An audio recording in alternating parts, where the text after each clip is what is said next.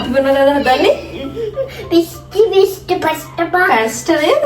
Best pasta papi. ගොඩක් වැඩි චුට්ටක් අඩු කරන්න. දැන්. හරි.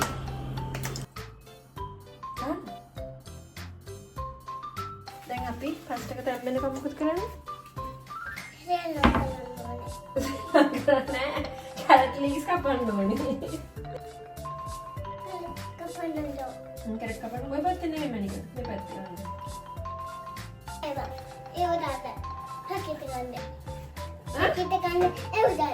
සකිරි කන්න තමයි දාන්නේ.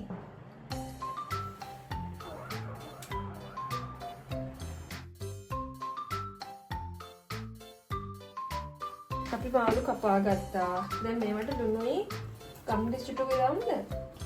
අපතේ ගම්දිස් දැම්මට? එහෙනම් අමුයි කන්නේ.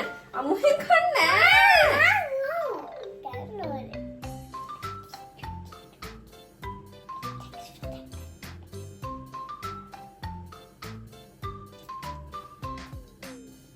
පුළුවන්ද කන්න?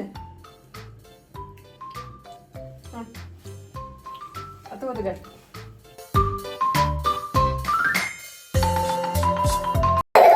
හරි අපි දැන් පැස්ට් එක තඹගෙන තියෙන්නේ. හරි නෝනා.